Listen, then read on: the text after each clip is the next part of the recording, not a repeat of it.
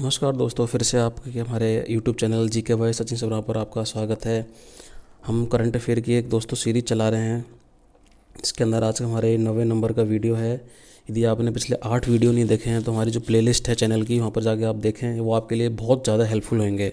क्योंकि current affair की हर dimension को इस वीडियो के अंदर कवर किया गया है। सारे फैक्ट हैं, सारे रीज़न हैं, जो भी संस्था बताई जा रही है उनके बारे में भी स्टैटिक फैक्ट हैं। तो आप वीडियो को ज़रूर देखें और चैनल को सब्सक्राइब करें। तो दोस्तों शुरुआत करते हैं पहले क्वेश्चन से।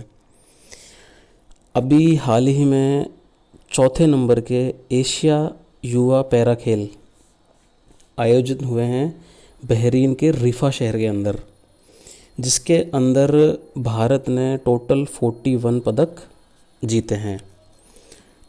आपको एग्ज़ाम में सीधा सवाल आएगा डायरेक्ट ही, हाल ही में एशियाई युवा पैरा खेलों का कौन से नंबर का संस्करण था, जो चौथे नंबर का संस्करण था। एशिया युवा पैरा खेलों का आयोजन कहाँ पर किया गया? बहरीन के रिफा शहर में किया गया। इसमें भारत ने कितने पदक जीते, कुल पदक कितने जीते? तो 41 पदक कुल जीते इसके अंदर। तो दोस्तों इसके अंदर याद रखना, लगभग 30 देशों के 700 प्लेयरों ने इसमें अंदर भाग लिया।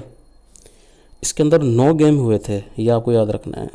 इसके अंदर 9 पैरा गेम हुए थे: para athletics, para badminton, boccia, goalball, para powerlifting, para swimming, para tennis और पैरा ताइक्वांडो और व्हील चेयर बास्केटबॉल।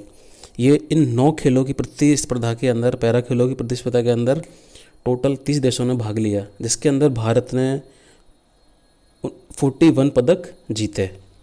भारत का जो दल था हमारा, उस दल ने सभी इन 9 खेलों के अंदर भी भाग लिया। ये आपको याद रखना है दोस्तों। ये तो देखो थे हमारे चौथे नंबर के एशिया युवा पैरा खेल।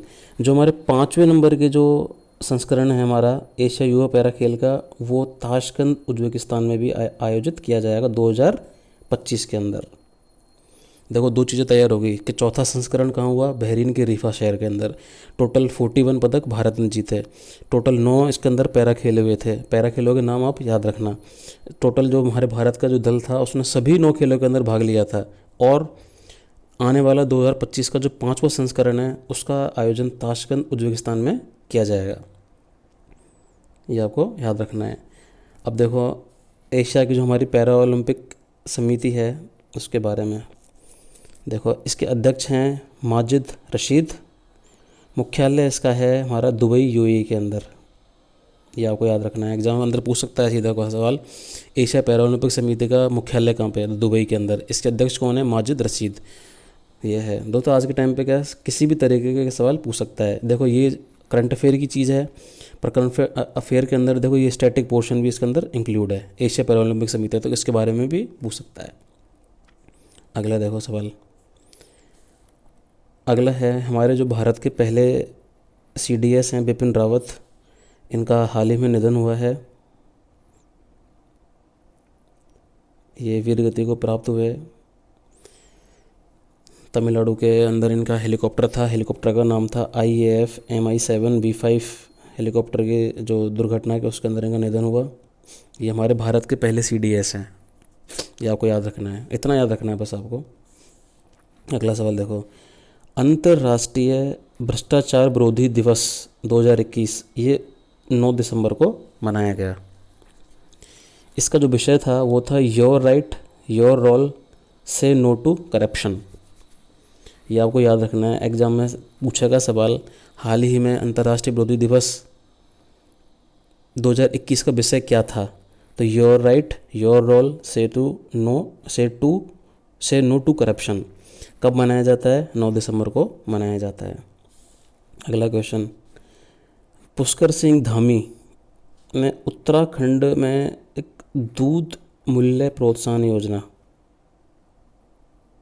लॉन्च करी है। आपको परीक्षा में कैसा सवाल पूछा जाएगा? हाल ही में दूध मूल्य प्रोत्साहन योजना भारत के किस राज्य में लॉन्च की गई? तो उत्तराखंड के अंदर। किन्होंने करी? पुष्कर सिंह धामी ने करी। तो उत्तराखंड के बारे में देखो कुछ स्टैटिक फैक्ट देखते हैं। यहाँ पर राजीव गांधी अंतर्राष्ट्रीय क्रिकेट स्टेडियम है देहरादून के अंदर। यहाँ हवाई अड्डे हैं, जॉली ग्रांट हवाई अड्डा, पंतनगर हवाई अड्डा। दोस्तों ये स्टैटिक पोर्शन है जो हमारे ज्योग्राफी के अंदर ये सवाल पूछ सकता है परिवहन के अंदर कि जो जोली ग्रंट हवाई अड्डा का संबंध भारत के किस राज्य से है, तो उत्तराखंड से है। पंतनगर हवाई अड्डा किस देश राज्य से संबंधित है, उत्तराखंड से संबंधित है। तो आपको इनके बारे में जानकारी होनी चाहिए, पूरा पता होना चाहिए। दोस्तों अब आज का सबसे मोस्ट इम्पोर्टेंट क्वेश्चन जो आपके आने वाली हर एग्ज़ाम के अंदर पूछा जाएगा, क्यों दोस्तों, अभी ज्ञानपीठ जो पुरस्कार हैं ये दिए गए हैं 2 लोगों को। पहले हैं हमारे असमिया कवि नीलमणि फुकन जूनियर, कोंकणी उपन्यासकार हैं हमारे दामोदर मोजा। इन दोनों को साहित्य के क्षेत्र में उत्कृष्ट योगदान के लिए ज्ञानपीठ पुरस्कार दिया गया है।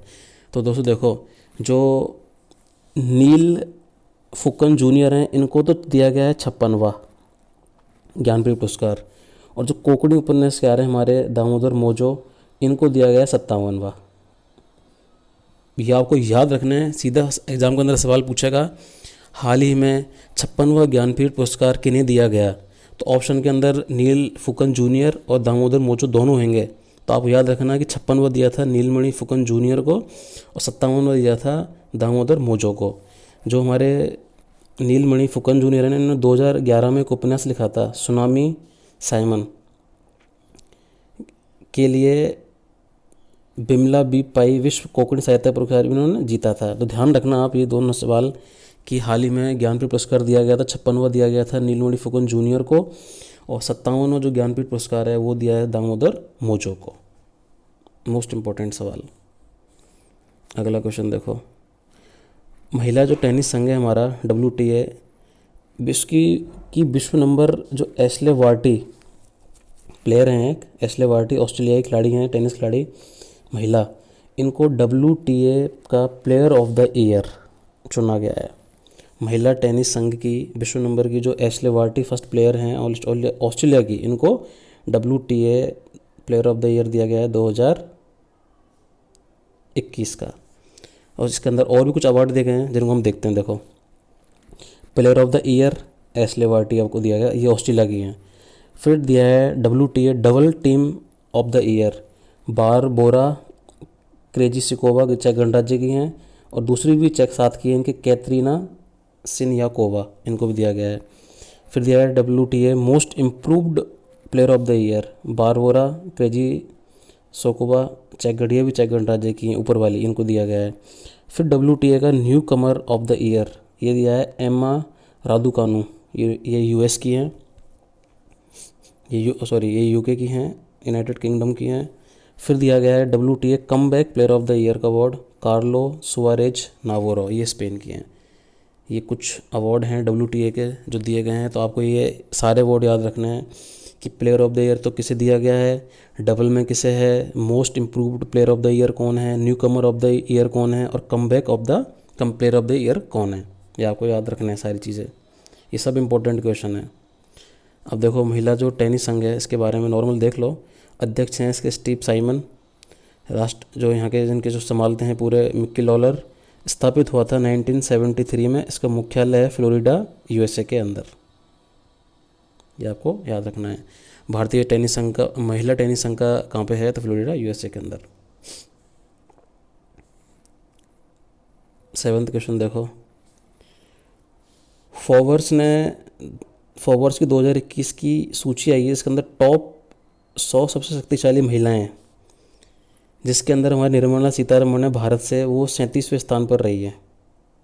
ये आपको याद रखना है। जो अपन ने कल देखा था वो फॉर्चून वाला था, वो अलग था, ठीक है, ये अलग है। ये फोर्ब्स की सूची के इसके अंदर 100 शक्तिशाली महिलाओं के अंदर 37वें स्थान पर हमारी निर्मला सीतारमण, और नायिका की हमारी हैं जो फाल्गुनी नायर, ये रही हैं 88 नंबर पर, याद रखना है। हाल ही में जारी फोर्ब्स की 2021 की 100 शक्तिशाली महिलाओं में से भारत में 37वें स्थान पर कौन रही, तो निर्मला सीतारमण, ये हमारी फाइनेंस मिनिस्टर हैं। अगला देखो, राष्ट्रपति रामनाथ कोविंद ने भारतीय नौसेना के लिए 22वें मिसाइल वेसल्स स्क्वाड्रन को राष्ट्रपति का मानक प्रदान किया गया है। बहुत इंपॉर्टेंट। अब देखो, राष्ट्रपति का मानक क्या होता है। राष्ट्रपति का मानक राष्ट्र को दी गई सेवा की मान्यता में राष्ट्रपति सर्वोच्च कमांडर द्वारा एक सैन्य इकाई को दिए जाने वाला एक सर्वोच्च सम्मान है। तो देखो सारी चीज़ें हमने सब कवर करी। पहला तो क्या कि नौसेना के लिए कौन से नंबर का राष्ट्रपति मानक प्रदान किया गया, तो 22वें नंबर का दिया गया।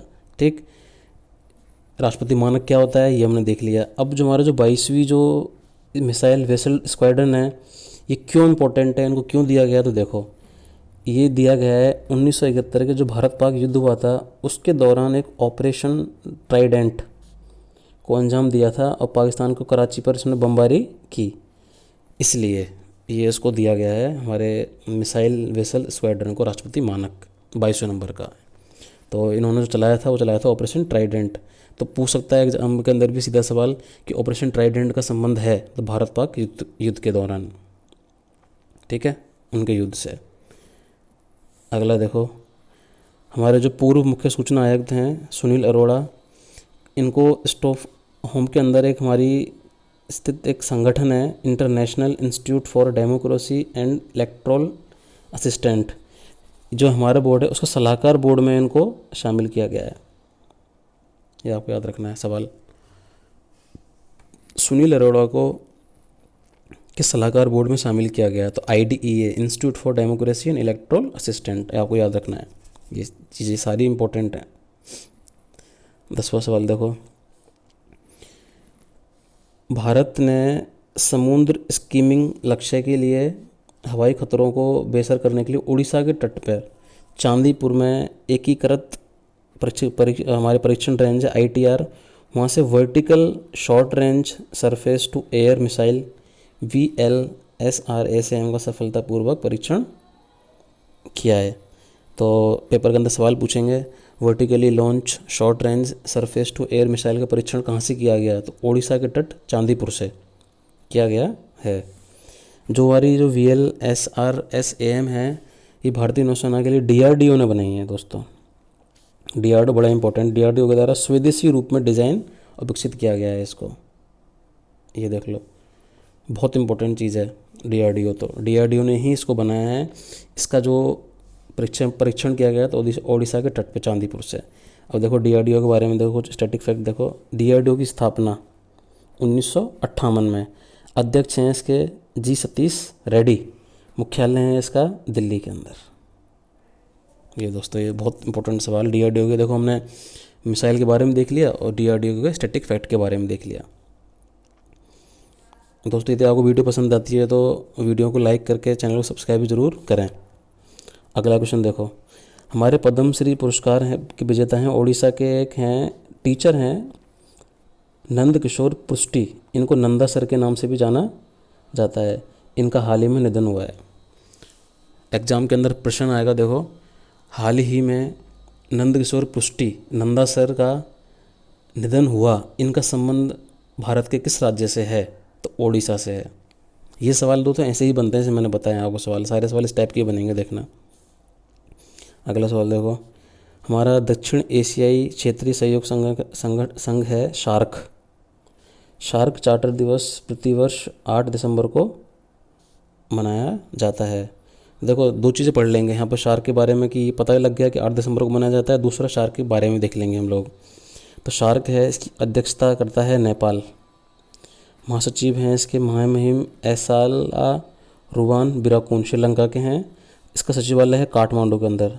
तो आपको पता होगा शार्क के बारे में, तो पूछता है शार्क का सचिवालय कहाँ पे है, मुख्यालय कहाँ पे है, तो काठमांडू नेपाल के अंदर, और इसकी अध्यक्षता नेपाल करता है। इसका जो चार्टर दिवस है प्रतिवर्ष 8 दिसंबर को ही मनाया जाता है।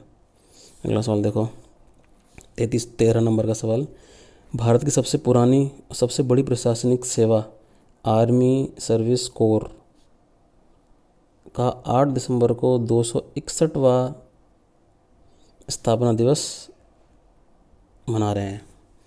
एग्जाम में क्वेश्चन देखो कैसा आएगा, हाल ही में आर्मी सर्विस कोर का 8 दिसंबर 2021 को कौन सा स्थापना दिवस मनाया गया, तो 261 नंबर का स्थापना दिवस मनाया गया।